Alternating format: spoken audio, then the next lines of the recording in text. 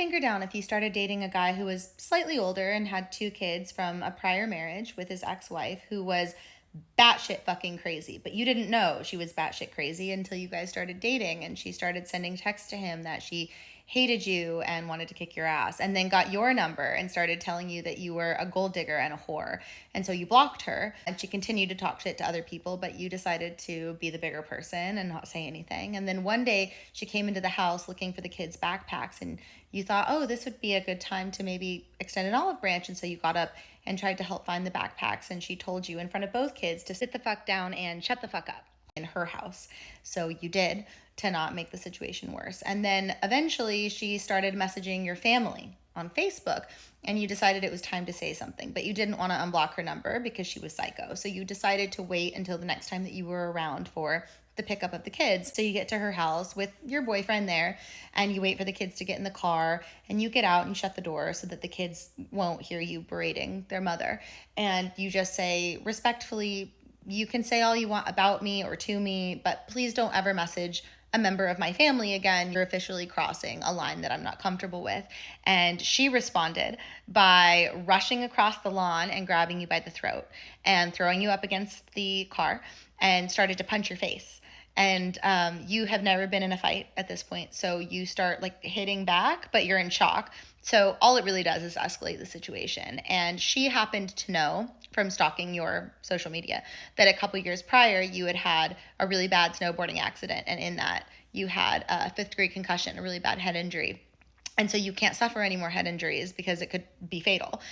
So she escalates and tackles you to the ground and grabs your hair and starts to try to bash your head against the pavement. And then as she's getting pulled off of you by her ex-husband and her new man who happened to be present, you kick her underneath the chin so she's bleeding from her throat all the way up to her face.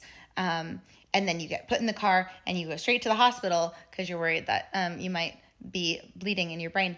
And your boyfriend drops you off because you're like, just take the kids home. This is all very traumatic. You're in the hospital and they are like, okay, yeah, we're going to see you. And they put you in a room in the back and you're waiting for the doctor. And then your phone starts blowing up and it's your boyfriend. And he's telling you that you need to get to the police station right now. And that is more important than your health because the ex-wife is filing a report that you attacked her and that she wants you arrested and charged with assault. So you, in your concussed state, decide that this is a great idea and you're going to sneak out of the hospital and go to the police station. And you get to the police station and you give your statement and they decide there's too much of a he said, she said to press charges on anyone. And you get really depressed about it and you go to the DA and you take a lie detector test that you pay for yourself to try to press assault charges so you can get a restraining order. And no one in law enforcement takes you seriously. Like the Justice Department is like, we don't feel like we can win this, so no. Despite the fact that her story has changed multiple times and yours has stayed consistent. But you were raised by attorneys. So after the anxiety and depression lifts a little bit, you get some clarity and realize, I think if I dig a little here, I could probably get a restraining order through an advocacy group. So you go to a domestic help advocacy group in your city and you take screenshots of all of the threatening text messages she sent to you and to your boyfriend and to your family members. And you even find an email chain for the school PTA that she did not realize your boyfriend was still on, where she's telling all the other moms what a gold digging whore you are and how she can't wait to kick the shit out of you the first chance she gets and how she has dreams about murdering you.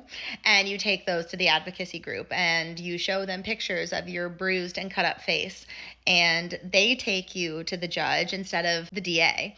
And the judge takes advocacy groups really seriously because they know they are truly advocating for people that the justice system is maybe failing just due to the way that it's structured. And you manage to get a restraining order. And a few months later, the ex-wife violates it by waiting outside of a spa that you're in and yelling at you in the parking lot. But your spidey senses go off because you're pretty sure you saw her car. So you have your camera running just in case.